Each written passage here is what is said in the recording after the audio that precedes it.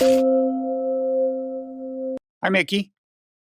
What's the capitalism? What's with the shades? It is good. Who's the communism? It is bad. Who is that? Is that an imitation of the? So you've got these kind of Ray Charles shades on, but I'm pretty sure that's not an imitation of Ray Charles. This is a little quiz for Bob. Okay, now you're holding up a series of letters: BIF, Biden infrastructure. Wait, Bill. Close enough. Okay, and then BBB, Build Back Better. BW, Bari Weiss University. Oh, they took a little hit this week. We should talk about that. BHL, Bob has, trying to think of something positive. Logos. No, what? What is BHL? BHL? You don't know who BHL is? The famous BHL, the newest member of the blob? Bernard-Henri, no, who? Oui. C'est moi. Well, he's not he's an old member of the blob. What's his name again? Bernard-Henri Lévy came out with a book, and he's running around saying we shouldn't have gotten out of Afghanistan, and of course, the project of internationalism is not over. All sorts of things like that. I was blissfully unaware of this. I thought, yeah. Since you're the chronicler of the blob, I thought you should know. I should work him into my talking points. I just want to come out as squarely against him. And the problem with Libya is just we didn't stick to it long enough. Hey, Gaddafi's son is running for president or something. I know. I'm almost for him, right? You? I mean, one at this point, one's for anybody who can pacify the country, right? I suppose I wouldn't go quite that far. I don't know that he has that capability, honestly. Right. He's kind of an odd guy. I heard him interviewed. For a while, he was thought of as this great westernizing, liberalizing force. This is before before hell broke loose, and he supported his father in all of his crackdowns. So you heard the verdict? The Rittenhouse verdict? I heard the Rittenhouse verdict. Yes. He's innocent. Yeah, okay. I wasn't shocked. I wasn't shocked either. People who were shocked should read different things, as Jesse Singal pointed out. There was yeah. I guess the question now is, will they burn down Beverly Hills? I kind of don't think so. Well, Beverly Hills, I seriously doubt, but you'll be the first to know if they do. Not the first. Beverly Hills is a target of choice now. Is it? Because you are there, or for broader reasons? Not because I am there, but because I don't know.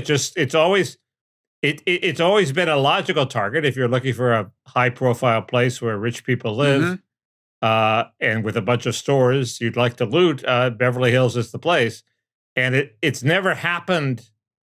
Everybody assumes because the police engaged in racial profiling, and basically whenever there was a riot, they set up roadblocks and kept people out. And now they don't do that. And it's also become a place where African Americans like to shop. I mean, is that right? It's become a focal point of attention. Yeah. The blacks have discovered Beverly Hills, and nobody's quite sure why. They must have a lot of money, right? It is pricey.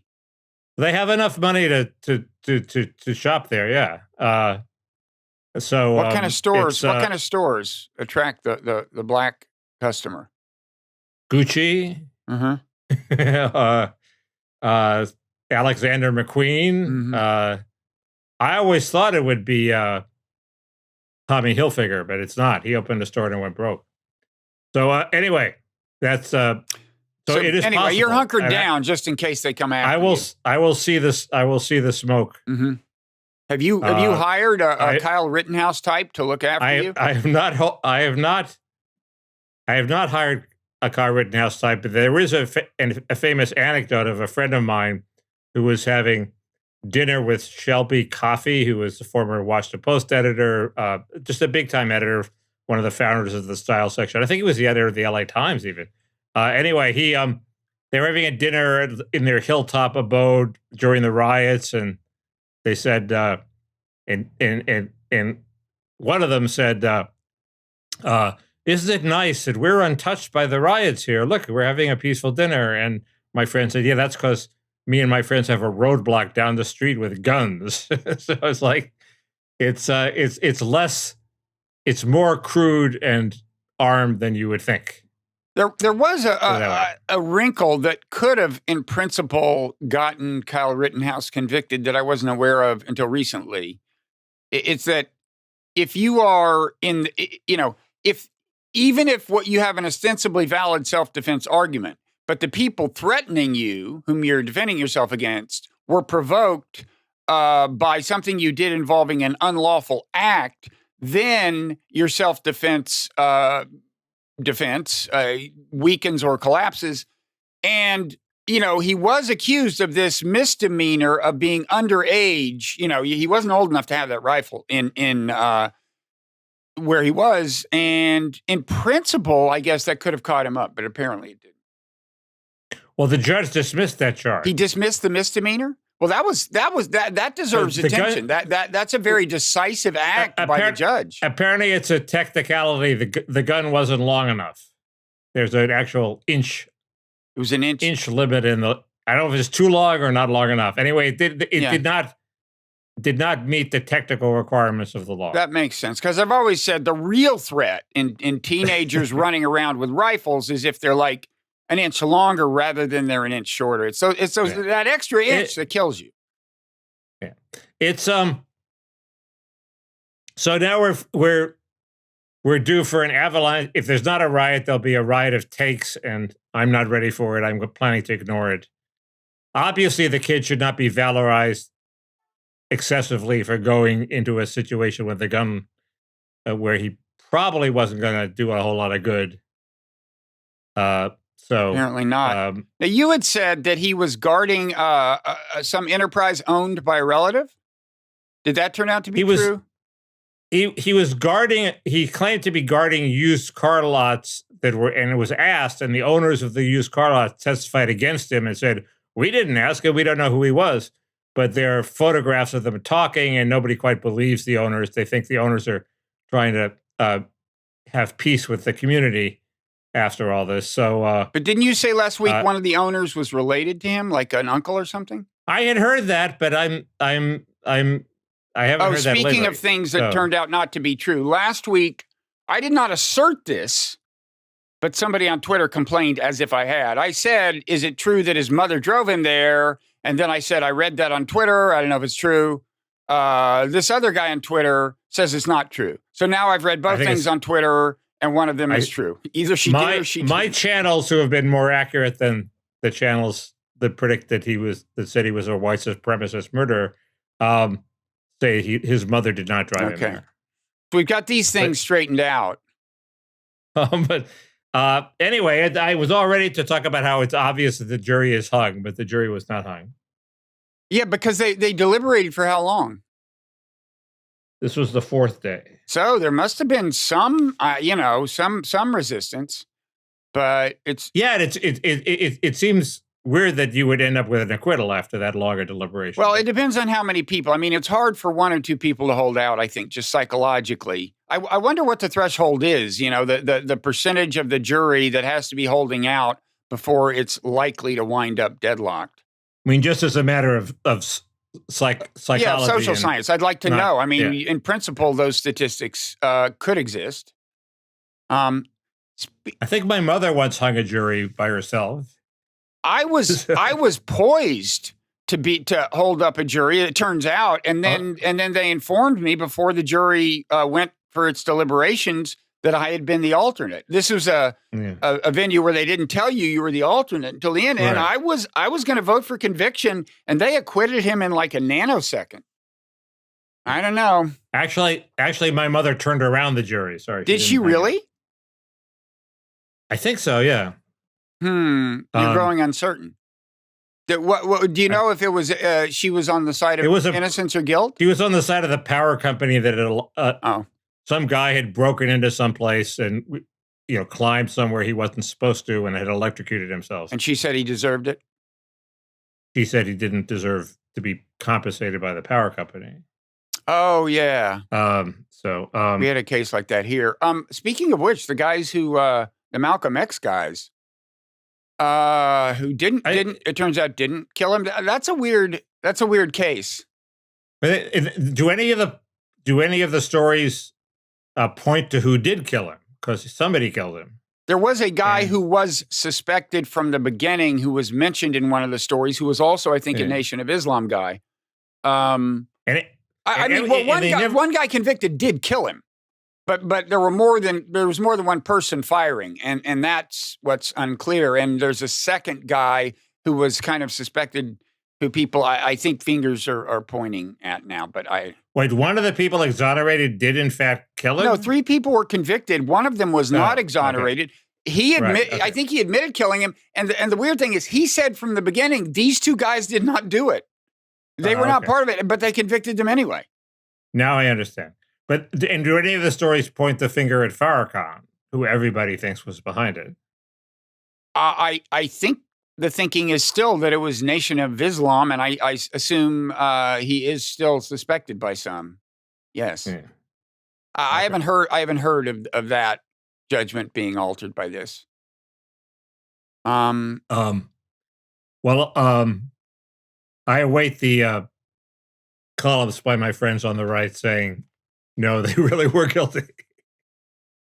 I don't know. It's strange. It's all very strange.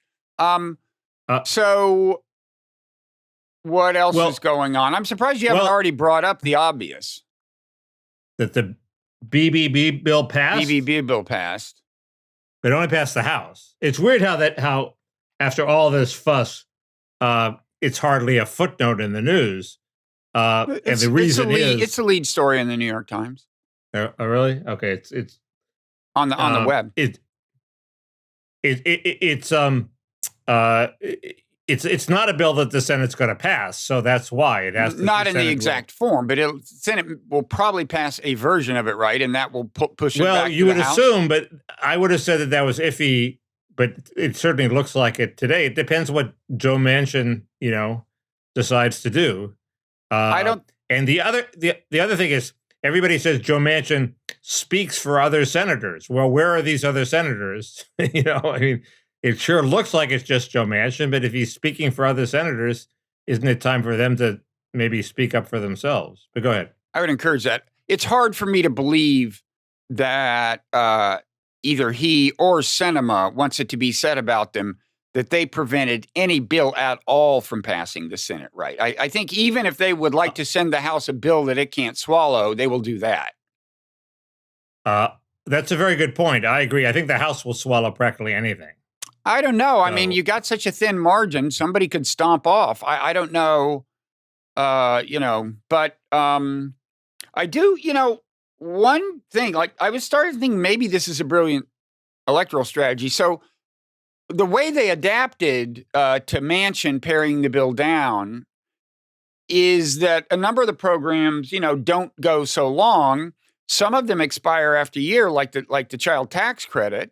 I know you'll mourn its passing if it's not renewed, Mickey. But it occurred to me that then they can say in the midterms, like, look, you've got these things you like, right? Do you like this child tax credit? Do you like this? You like this? If you want them renewed, you have to elect Democrats in the House and Senate, right?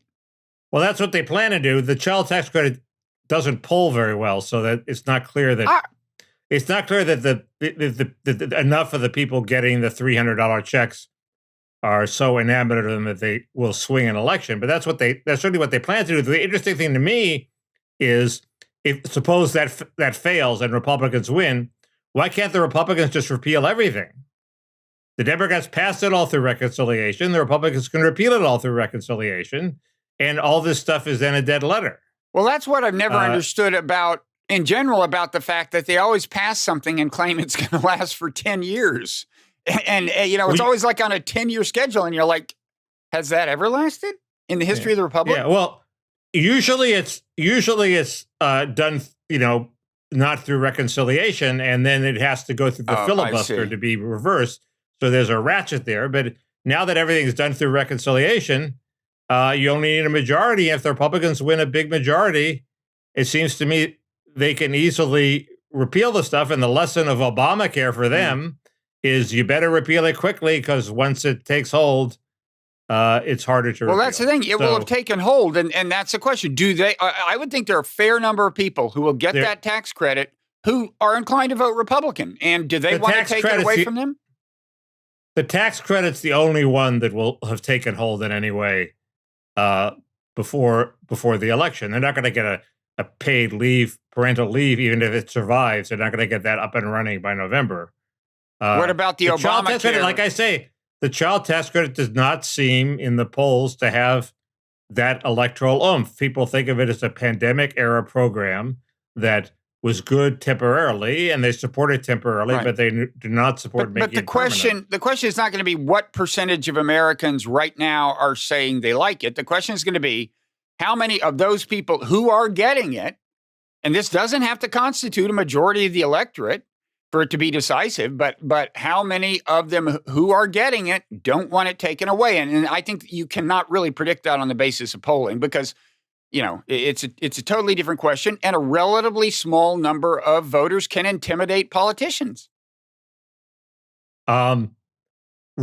The question would be, can the Republicans counter by saying, no, we want to preserve the tax credit. We just want to, slim it down a bit. I mean, there was a tax credit before Biden. Okay. Right. It just only went to people who passed some sort of rudimentary minimal work test, earnings test. $2,500 a year, and it cut off pretty high, and it wasn't as big. So the Republicans aren't going to repeal that. They have always supported that.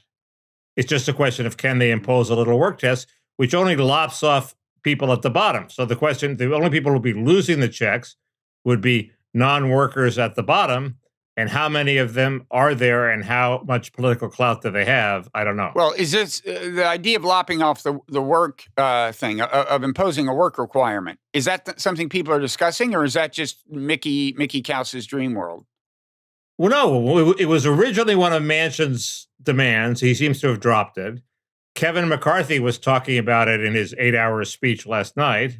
He talked about pretty much everything, but I'm sure that hasn't been included. I guess if it didn't make Kevin McCarthy's speech, it doesn't exist. Yeah. But it's an issue, and it is the issue with the child tax credit. I mean, the thing that people who are opposed want is they're okay to have it start at zero earnings. They just want it to phase in, so you don't get the full benefit unless you get some earnings. Because there was this study that showed that it was the phase in that caused people to go to work, not the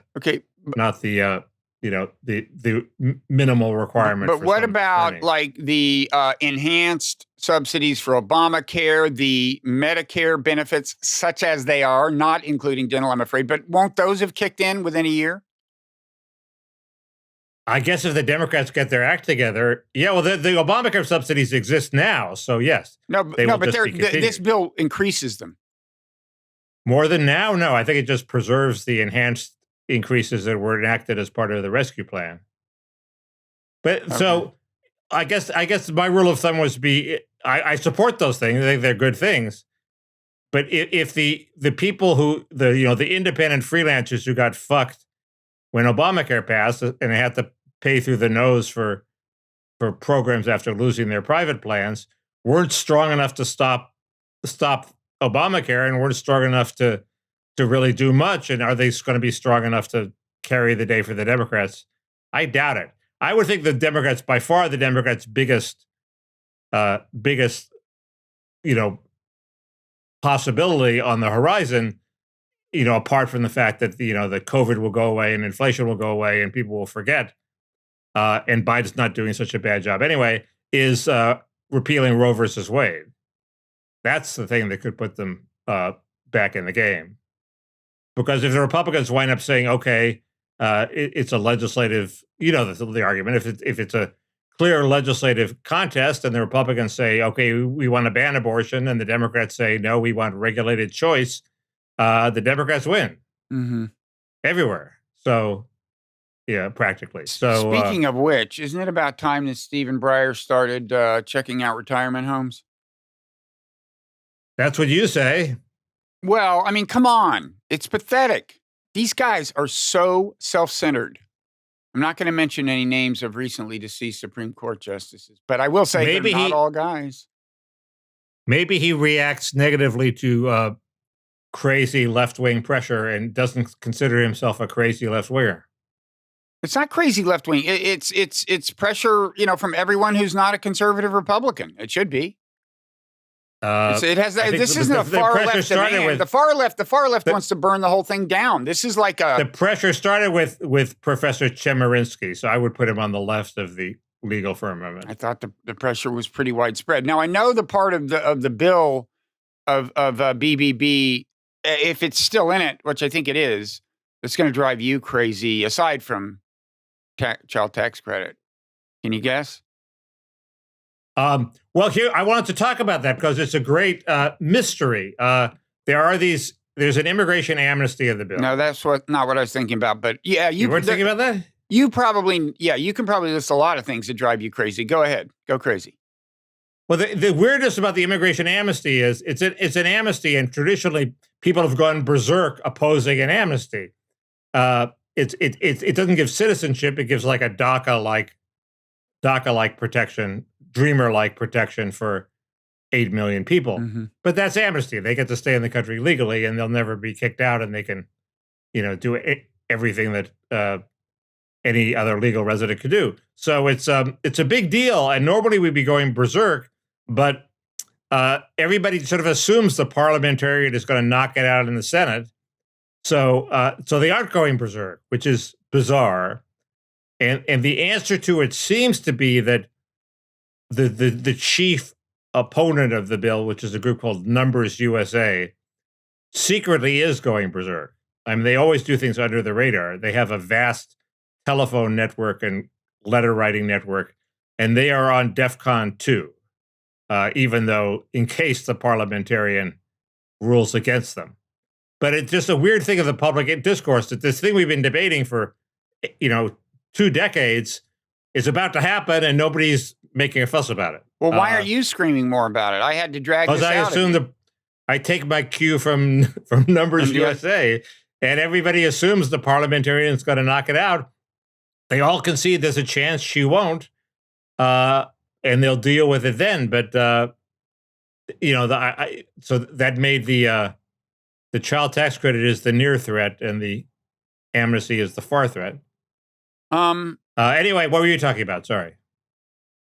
The key word here is unions. Does that ring a bell? Well, there is a very good piece by Ron Brownstein about how words that I never thought would pass my lips, about how Biden's playing funny throws away the old line of the way to have the economy won in the future is everybody gets training and education, and the training solution, the education solution. Wait. What part of the bill are you talking about now? Just the whole bill. It's larded through. The whole thing is allegedly designed, the infrastructure and the social spending bills, to create jobs that could be filled by people without college educations. And how do they make those jobs pay? They make the jobs pay by larding the bill with union protections, like Davis-Bacon Act requirements for all the infrastructure, prevailing wage requirements, and by just gratuitously doubling the pay of childcare workers so it doesn't become a market sector at all. It becomes a government subsidized sector that pays, where a childcare worker gets paid as much as an elementary school teacher, just by force of the government decree. And my worry is that union provisions like that have traditionally imparted a sclerosis to the economy, and the solution to the income inequality problem shouldn't be these creaky union mechanisms that don't work. I assume that there's some version of the PRO Act is part of the bill, which is designed to make it easier to unionize. I do not think it's a pure card check, old card check provision. It's sort of a half-ass version of the old card check provision. I was thinking about a provision that I think is in it that is at the intersection of two of your obsessions, your anti-unionism and your pro-automobilism. This electric vehicle thing, Oh, but they They just announced that they're going to throw that out the window to please Manchin. They're going to, well, it's in the bill now, but they're going to throw it out, or they did throw it out? It's in the bill now that you get a higher electric vehicle subsidy if your electric vehicle is made by unionized workers. Right. And Manchin objected. He has a Toyota plant in his state that is not unionized, and it's sort of a silly provision. I don't know. So I think they're going to replace it with one that says you get a higher credit if your car is made in America. Okay, so that would be more pure Trumpism. This was an approximation of Trumpism, but this is now pure Trumpism. So here's my question: there's up to a $12,000 $500 tax incentive to get an electric vehicle. Is that a credit or a deduction? You know? I'm pretty sure it's a credit. That's huge. That's a lot of money. It's huge, and I don't. My attitude has always been there was this avalanche of electric vehicles coming down the pipeline before Biden took office. The whole industry is committed to this. Yeah, it's kind of nuts. The idea that it needs a huge subsidy kind of nuts seems kind of nuts. On the other hand, if it's made in USA, that has a different rationale. If it's made in USA, is that so terrible? And also, historically, there has been a lot of resistance to electric cars. They come out with these models, and then nobody buys them because they're worried that they're not going to be able to recharge them. Seems to be the resistance seems to be. So maybe they know something. Resistance is crumbling. Only this week, yet another new electric car startup surpassed Ford in its market capitalization. There are hundreds of them. There's Rivian, there's Lucid. Well, those are the two. Those are the two that surpassed Ford recently. Yeah, but the Lucid is beautiful. But in my neighborhood, that you're right. That it's the resistance has clearly been overcome. There are 5 electric cars on my block. If you go to a stoplight, there are 5 Teslas in a row. I mean, people have figured out how to charge their cars. It's nothing like that here, but over the last year, you've started to see a whole lot of Teslas, but before that, I almost never saw them. So this means that I bet they overdid it and they'll cut it back. Apparently, the Toyota Prime, which as Parrot Room people know, is related to a car I'm considering to buying, but that would get a significant subsidy. That is a plug-in, but also a hybrid. So you can, in principle, there's no range limit because there is a gas engine.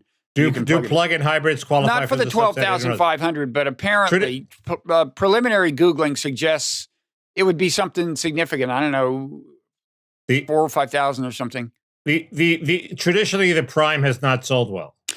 Yeah, it's weird. Environmentalists demanded a plug-in hybrid, and then nobody bought it. It has tremendous appeal to me. The thing I don't like is that apparently, so this is like the RAV4. I mean, not to get too far into Parrot Room territory, but so they keep adding weight. Like the hybrid is a little heavier than the regular RAV4. The plug-in is 500 pounds heavier than the hybrid, but they don't change the brakes. So you keep getting, longer stopping times. So the more expensive, like the Prime, is in effect less safe. It takes you longer to stop the car.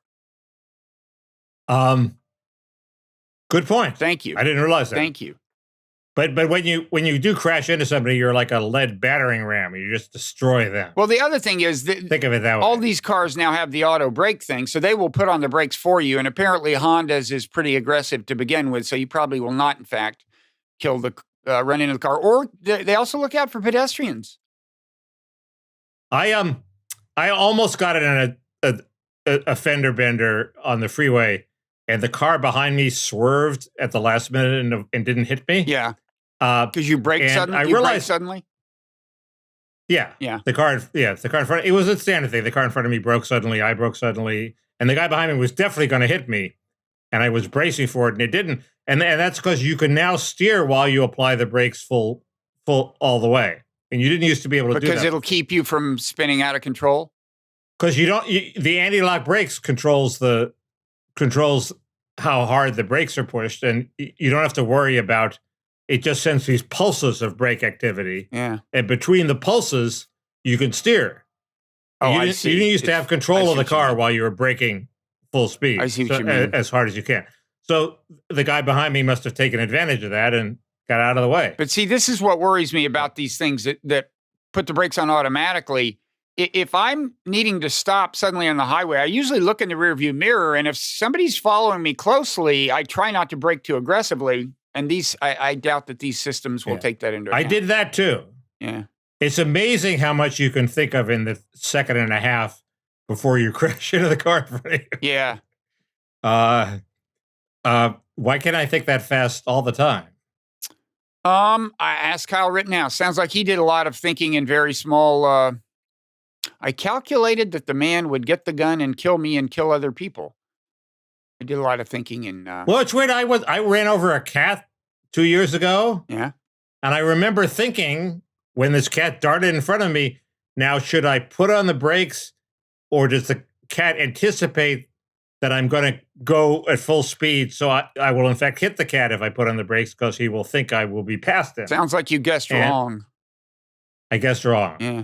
And I think the answer is you should always put on the brakes, because the cat does not realize you're a car. He thinks you're another animal, and another animal would veer off course unless it was an elephant. So the cat expects you to stop or try to stop. Unless the cat is from a part of the world where there are elephants. You should take that into account. I did. I did. I said, what kind of cat is this? Anyway, just quickly on this, I have a question about Elon Musk. I mean, maybe I could say this in Parrot Room, but is he consciously kind of courting an ideological customer base? I mean, this week he said, what was it he said about Bernie Sanders? I didn't know you were still alive. Like Bernie Sanders is supporting attacks on wealthy people. So Elon Musk tweets, I didn't know you were still alive, which is really pretty cruel and I think disgusting. I mean, Bernie Sanders is pretty old, People say that to me all the time. Well, it's better than the worst thing you can say. Which is? What's happened to you? Oh. That's what people tell me all the time. You used to be big in pictures, but we know what you say about that. And then he says Biden it was juvenile. It was so less juvenile than the other thing he tweets. It didn't bother me. We also tweeted Biden is a UAW puppet in response to this tax thing. But it is, corporate titans used to take great pains to avoid, sending out any ideological vibes at all. They don't want to antagonize anyone. It sounds to me, I think he has an idea of his customers like your Joe Rogan listener, kind of. And I don't know. I think you're attributing too much long-range planning. I mean, his customer base now is exactly the opposite. If you surveyed all the Tesla owners in Los Angeles, they would not be the right wing. They would be the left. Well, they wouldn't be Bernie Sanders voters. Sure they would be. I don't know. The left thing. I guarantee. I lived across from the Code Pink house, Bob. They all drove Teslas. Okay, this is Code Pink. These are so far left that they hate Hillary Clinton because she's a neoliberal. Okay, they're left. They probably hate Bernie Sanders because he's too weak too. So, but anyway, left wingers drive Teslas. Maybe Musk will change that, but why would he want to change? It makes no sense. I would guess that anyway, it's an empirical question, but he's a weird guy. He could see the competition down the road and say, I need a market niche, right? Yeah. So I'm going to have the conservative, but he doesn't think like that. He thinks he's going to dominate the world. Now, elsewhere in creepy shit, you've got Paul Gosar, getting rightly censured, and I guess they took away his committee assignments, which is... I thought that was excessive. It was a cartoon.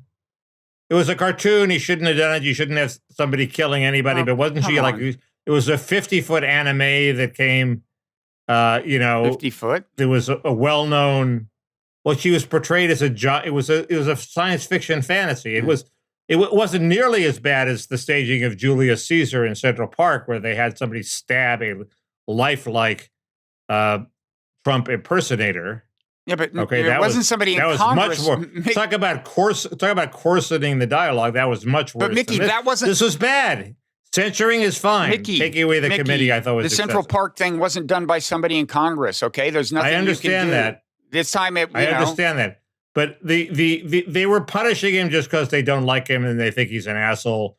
And no, this was egregious. No, I I think this deserves serious punishment. God damn it! In this climate, in the modern climate in America, where Congress people actually have been shot in person by crazy people, and things have only gotten more heated since then, I think it's disgusting. Well, we'll see. And by the way, he is a nut. I mean, you only have to listen to one sentence come out of his mouth. Now you're getting into the real reason he was censored, which is because he's a nut. Well, but this is a manifestation of the nuttiness and a dangerous manifestation. But you're supposedly only to be outraged by the manifestation. You concede he can't be censored just because he's a nut. People have a right to elect a nut if they want to elect a nut. Well, people have the right to elect a guy who gets censured too. And they may well reelect him. Now, what's your view on Lauren Boebert? I know so little about Lauren Boebert. Well, I mean, her saying that Ilhan Omar is part of the, quote, jihad squad. It's a good pun. It's like, Mickey, give me a break. Well, do you agree with me that... It's like... do you agree with me that... It's like Leon calling Gore Vidal Abu Vidal. Okay, you're kind of changing the subject, though. Do you think... I mean, you don't think it's a serious thing at all? That It probably is serious, but just what you just told me is just a good shot. You know? You're saying it's a good thing. I don't think it's a good thing. Playing on an egregious Muslim stereotype, talking about a member of Congress who's a Muslim, employing this stereotype, and it's a stereotype that basically says you're an enemy of the state, and you're cool with that. I assume she is saying that they're anti-Israel in a way she disagrees with. That's not what jihad means. That would be the only hook she could have that would be legitimate. That's not a legitimate hook. I mean, that and the issue of jihadism are pretty much completely separate. I mean, no, completely separate. But speaking of, that's not like a trope about anti-Israel people. They are also jihadists. Almost all the people called anti-Israel in America, A, are not Muslim, and B, are not in any sense jihadists. Moreover, the suicide bombers during the Second Intifada weren't saying this is part of jihad. They were saying we're under occupation. They wouldn't say it's part of jihad. I don't remember them saying it. Questioning. I mean, look. I find that hard to believe. They might have gotten them fired up to commit suicide that way, but that was not a big talking point. Come on, she's not even thinking that. She's just. I can't believe you're defending this. I cannot believe it. I believe in a robust and tell me debate this. Where people aren't constantly worried that Bob Wright is going to want to strip them of their committee. Well, tell me this. Virtually no Republican condemned her. Do you agree that if a member of Congress used some kind of egregious Jewish stereotype to characterize a Jewish member of Congress, there would be a bipartisan uproar and the person would be censured? Do you agree that in that case the Republicans would be on board? I wouldn't be on board. That was not my question. That was not my question. Sure, of course the Republicans would be on board. There's a double standard, but and do you applaud the double standard? I work for a senator called Howard Betzenbaum, the senator from B'nai B'rith, and he was condemned for that, and that was bullshit. He has every right to call Howard Betzenbaum the senator from B'nai B'rith. I didn't say he didn't have. It was a good shot. I didn't say he didn't have the constitutional right to say it. I said that. My point is that there are you can get away with some of that. Obviously, you can. Rawlings did get away. That's not the question. Oh, you mean with that stuff? Well, I don't know. By the way, what is B'nai B'rith? All I know is it's an organization. What does it represent? Well, it's I assume it's a. Is it comparable? Asking me about anything Jewish is always perilous. But I assume it's the Jewish equivalent of the NAACP, sort of. So not exactly comparable to jihadism in this case. No. Okay. You're the one that brought it up. No, I brought it up. Sorry. So it's not even. It's not even a classic anti-Semitic trope. I'm constantly accused of trotting out anti-Semitic tropes. It's become a wildly overbroad category. You can't attack George Soros because anything that if you attack George Soros, that by definition is an anti-Semitic trope. Well, I think that's crazy. Ridiculous. I think that's crazy. Okay. So, well, anyway, I'm in a pro non-cancellation mood because this I've isn't a classic cancellation by any means. This is about Congress stringently upholding rules of decorum for one thing, but also trying to make sure that people in Congress are like good role models. Do you want Americans all over the place going on TV and calling Muslims jihadists? You think that's good? I don't think Congress should enforce role modelism on its members. They should have censured Gosar. That's fine. Doesn't bother me. I just think it's like the Academy Awards where they give Eddie Albert an Academy Award for some shitty performance because they love Eddie Albert and they think you should have given him the award for previous performances. They're punishing Gosar because they think they should have punished him before for other things. It's a trivial incident, not that important. That's what you said about fucking cartoon. That's what you said about it's you know. That's what you said about Trump saying the election was stolen. You said that for weeks. Well, then I stopped saying it. Yeah, well, yeah. Takes a lot of evidence. Yes, it does. Anyway, I think the press is blowing it out of proportion because they want something nasty to say about Republicans when you at least agree Republicans seem to be mysteriously dominant in the polls. That's one thing I want to talk about. But don't you think Gosar and Boebert are just a little more whacked out than anybody on the Democratic side in this respect? I mean, what are comparable things Democrats do? Pretty much. I mean, the most whacked out person on the Democratic side, Barbara Lee, seems to now be a respected stateswoman. Well, what did she do? What's the most whacked out thing she did? She had the wisdom not to vote for the authorization of use of force after 9/11. Right. No, I agree. There was something about she's the only somebody associated with her campaign pissed on American servicemen or something. Somebody associated with her campaign. Well, that's I don't know. I don't want to libel her because I don't remember. I just remember when there was. Anyway, I remember there was some. Well, I would just say there are two asymmetries. One is in the extent to which Muslims get protection in terms of speech, and the extent to which other ethnic groups do. That's an asymmetry, and the other is like on the craziness front between Republicans in Congress and Democrats. Well, you're probably right about that. What's? I don't want to argue with you just for the sake of arguing. What was the first one? Muslims get protection, meaning you can no, they don't Muslims. Get protection. They don't get protection. Again, okay. You know, if this were an anti-Semitic remark, Congress would be united in opposition. Would they censure her? I'm not so sure. If it was as bad as this, I mean, that's as bad as it gets. I mean, this is worse and more overt than 90% of the things that do get condemned as anti-Semitism in terms of how explicit and kind of pernicious the trope is. I mean, we're constantly told that jihad is not necessarily violent. Jihad is just a personal struggle. Yeah, and they're the squad that believes in the personal struggle. And I know, and I've heard Lauren Boebert say that. To her credit, it's like Tikkun. It's just like Tikkun. I have healing the world, Bob. I have heard Lauren Boebert more than once say, "You have to realize jihad is about an internal struggle. It's a matter of the heart. These people mean us no harm." You're right, Mickey. That's a good point. Well, before you start punishing people on the basis of what they meant, I just think we want to cut people some slack. But I'm sure Boebert is insane.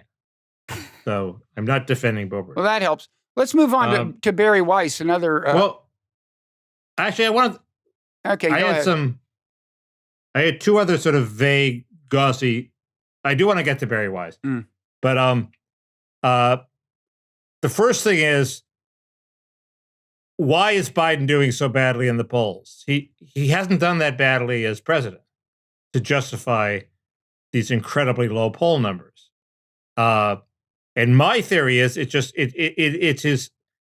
the administration has this habit of it's like of wishful thinking. In other words, they want to pull out of Afghanistan, good. So they latch onto the wishful thinking that no bad consequences will ensue, and they tell us, and it turns out to be a pack of lies. They want to treat migrants more humanely at the border. Okay, so they latch onto this bullshit about how there won't be a surge on the border as a result of this. That turned out to be a lie. And they want to pass these big spending plans, so they latch onto the idea that any inflation will be transitory, which is turning out to probably be a lie. Not a lie. So they may have believed people. Well, it turns out not to happen. We'll see. It depends on what transitory means, but it's been more untransitory than we thought when Biden first said it already. Even Paul Krugman said it's less. By the way, what I said last week that getting COVID under control is the key to normalizing life. Now the conventional wisdom. That is now the conventional wisdom. A lot of people are saying congratulations. That. Thank you. You beat it by a week. Thank you. But I just think that's, if you're looking for the central fuck up at the Biden administration, it's the idea that we can tell the public anything just to get over the hump and pass what we want, and that has come crashing down all over the place. Yeah, I think.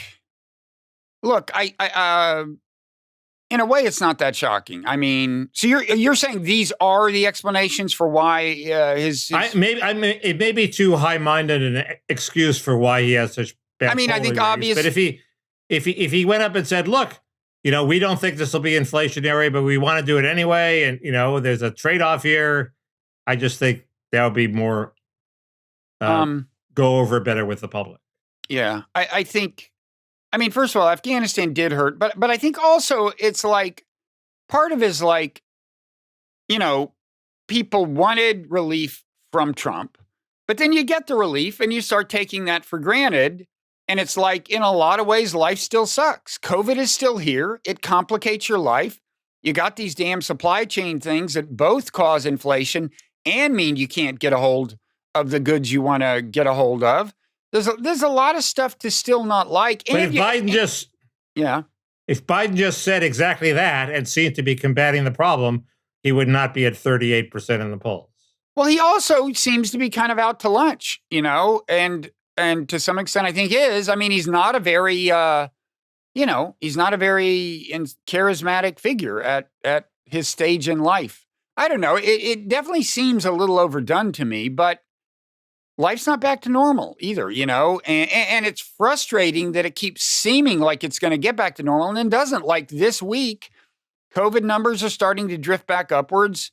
The deaths have plateaued, not continued to fall. They may be drifting up, as well as the case numbers. Well, and so he seems to be untroubled by it all. That's, I guess he's he's trying. He has this sort of copacetic attitude. Well, Afghanistan, this will pass.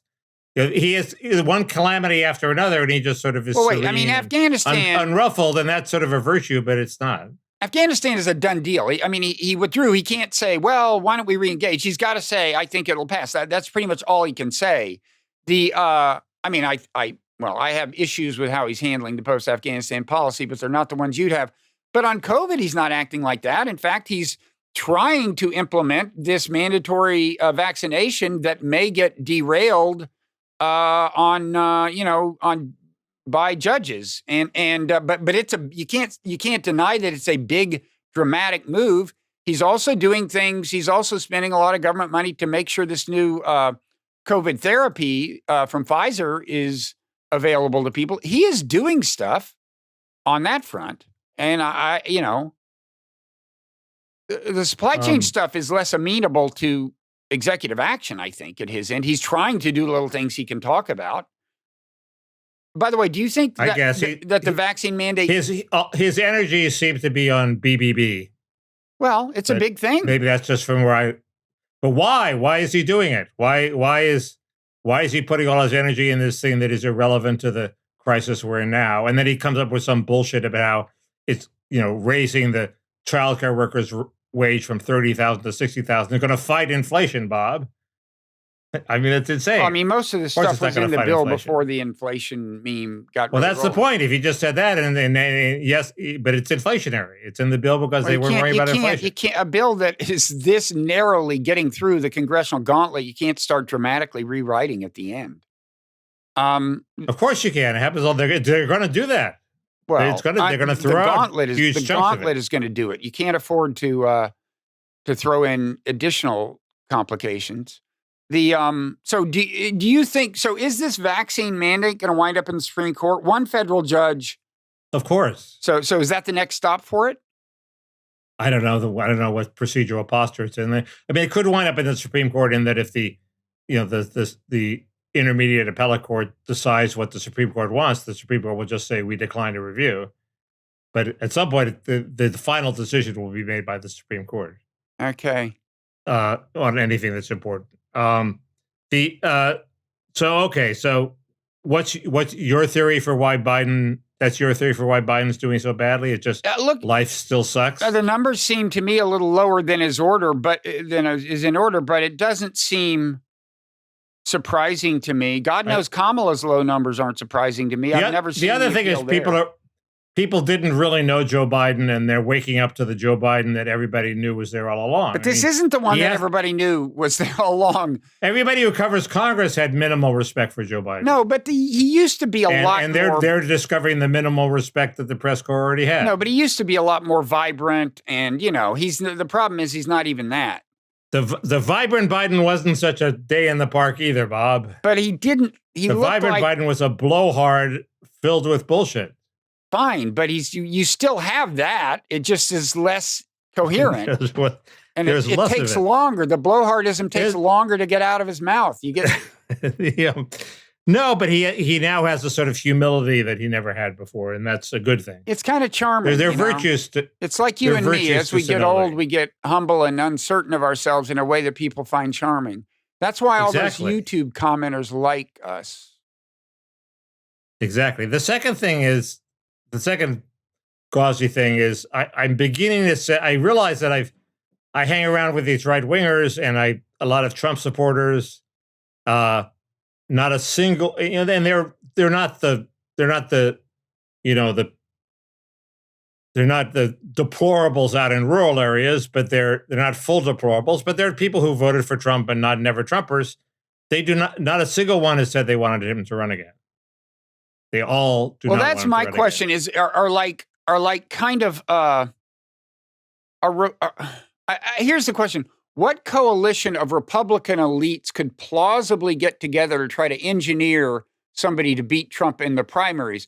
Could there be a coalition of kind of pro-Trumpers and I don't know? I'm imagining a candidate who takes the politically optimal part of Trumpism, little protectionism, tough on immigration, and marries it with, some things you probably wouldn't like that are more BBB-like. But anyway, subsidies to low, middle-income people. And is there a coalition of elites that goes beyond the Trumpists? Because I don't think there are enough. I don't know. You tell. Does that make sense? Well, I think that's the sweet spot.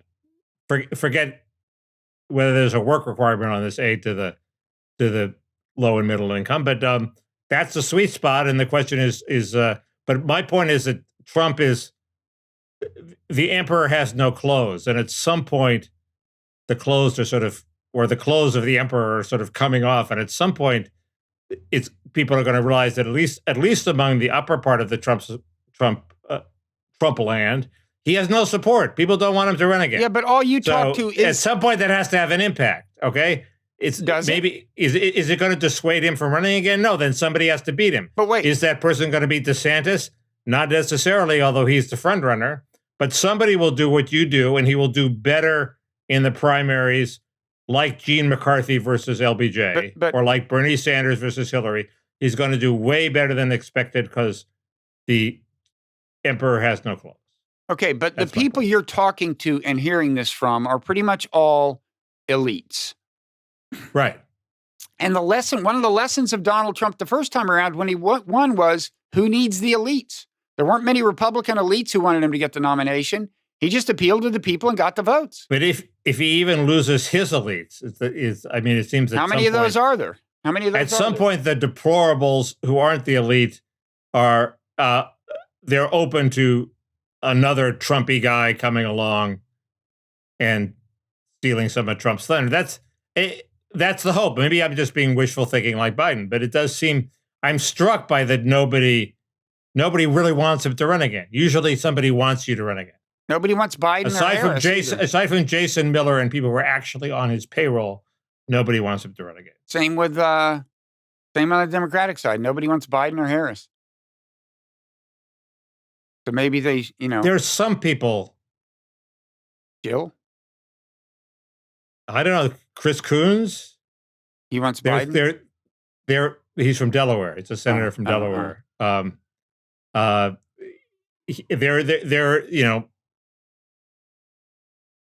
That's an interesting point. I mean, nobody wants anybody? Does Tim Kaine and Mark Warner just positively not want Biden to run again? So, and they surely don't want Harris to run. So, right. What do they want? I mean, but elites should be huddling in both parties right now and trying to do this old-fashioned thing that's hard to do these days of like making the smoke-filled room actually work. Right. There was this crazy rumor that Kamala Harris was going to quit or somehow be removed. That is crazy. And that Congress was going to have to okay a new vice president the way they okayed Nelson Rockefeller under whatever amendment applies. And it went up to Chad Pergram, who's a very respectable political reporter for Fox. He's on Fox, but he's not a crazy man. He actually reports facts. And the idea, I guess, that Kamala's camp somehow felt this would help her. It would destroy Biden. It would her flexing her Samson-like power to bring down Biden. That seems so diluted to me. It wouldn't bring down Biden. It would only destroy her. So the idea that she's going to quit seems insane. And how are they can't get rid of her. Sounds like a nutty rumor. But surprising numbers of people believed it. Mickey, we're at 57 minutes. We're past the warning sign. We're past the 5-minute warning. Well, okay. So why was it time to list Parrot Room topics? Well, I wanted to bring up Bari Weiss because I actually went and read something on her website. First, I can tell you're about to troll me, but go ahead. No, first, I wanted to print up these jerseys that said Bari Weiss University. Yeah, totally. The company refused. They wouldn't let me. They said it was a copyright violation. Oh, man. And I tried to say, wait, Bari Weiss University doesn't exist. How could it be a copyright violation? And but why argue with them? They're not going to do it. So I'm not going to find another company and this time sign into the place as Bari Weiss. Just say, my name is Bari Weiss. I live in California. I'm trying to start a university. Just to silk screen it myself, man. These people have never heard of Bari Weiss. The people who do at these companies. Just tell them you are Bari Weiss. I will tell them. Anyway, Bari Weiss is a public figure. It seemed like fair comment. It was a joke. I was putting up 3 of them. Oh my God! It seems like they were a little gun shy, but they're all going to be a little gun shy. They're not going to make that much money off of me anyway. And then I went and read her. First I didn't realize that Nellie Bowles had quit the Times and gone to work for her. Right, that's her wife. I think they're married. Yes, right, and so that's a huge loss to the Times. Then I went and read Nellie Bowles's blog today, and you liked it? It was terrific. She's a good writer. It was fucking great. She's a good writer. And it was not just about cancel culture. It was not just about the things you would expect. That's not her Bari beat. That was not her beat at the Times, especially. Right. But it was about inflation, and it was about making fun of the Democrats who are saying inflation doesn't matter now just because they have to say that. It led me to believe that this could be like the greatest publication in America. This could be... This is the trolling Bob part that I was waiting for. I'll talk about it in the Parrot Room. Okay. We'll troll you. We will troll Bob further in the Parrot Room. Let's see. And what do there? I want to. Yeah. Go ahead. I pledged. I will have watched Andrew Sullivan's 60 Minutes appearance. He was on 60 Minutes. He was on 60 Minutes. Now that's trolling us, man. For what? That is really annoying. That God, Andrew talk is big about enough to be on surviving 60 a Minutes. cancellation attempt. Jesus. Really? And apparently he talks about they ask him about the bell curve and all the old they issues. Did? Yeah. Anyway. Why was he on 60 Minutes? I mean, he's even bigger than we thought, Mickey. I think he thinks our democracy is in peril, Bob. Oh, well, I think that. Why am I not on 60 Minutes? And that sets him apart because they really want to piss you off. It's the British accent. First, they're going to have Andrews. They're going to have Andrew Sullivan, then they're going to have Ann Applebaum. Oh my God! Oh, I want to talk about her in the Parrot Room. It's going to take years for them to get down to you. I'm going to talk about Ann Applebaum in the Parrot Room. I listened to an interview with her that kind of drove me over the edge.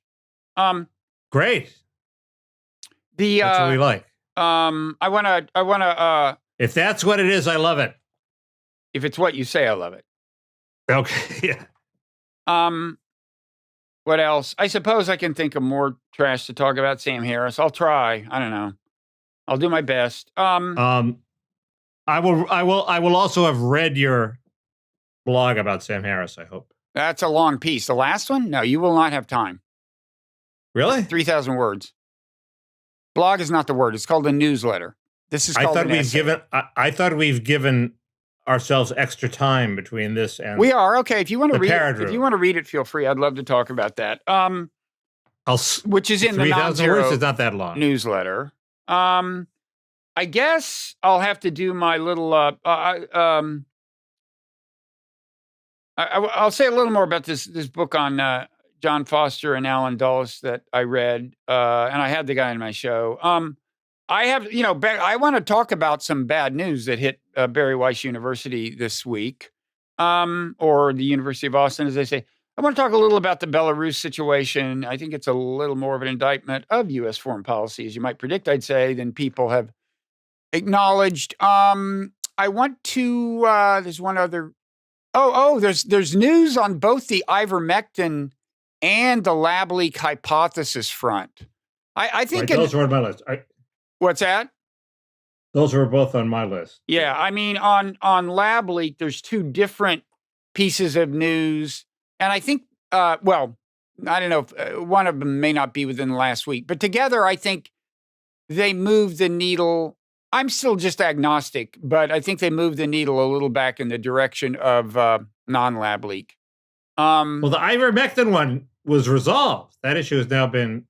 Everybody's claiming this. Brett Weinstein is not waving the white flag yet. This post from Slate Star Codex resolves the issue.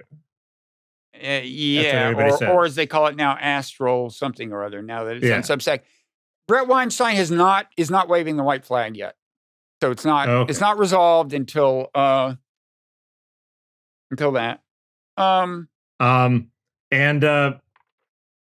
I want to. And why does David Frum hate Blake Masters?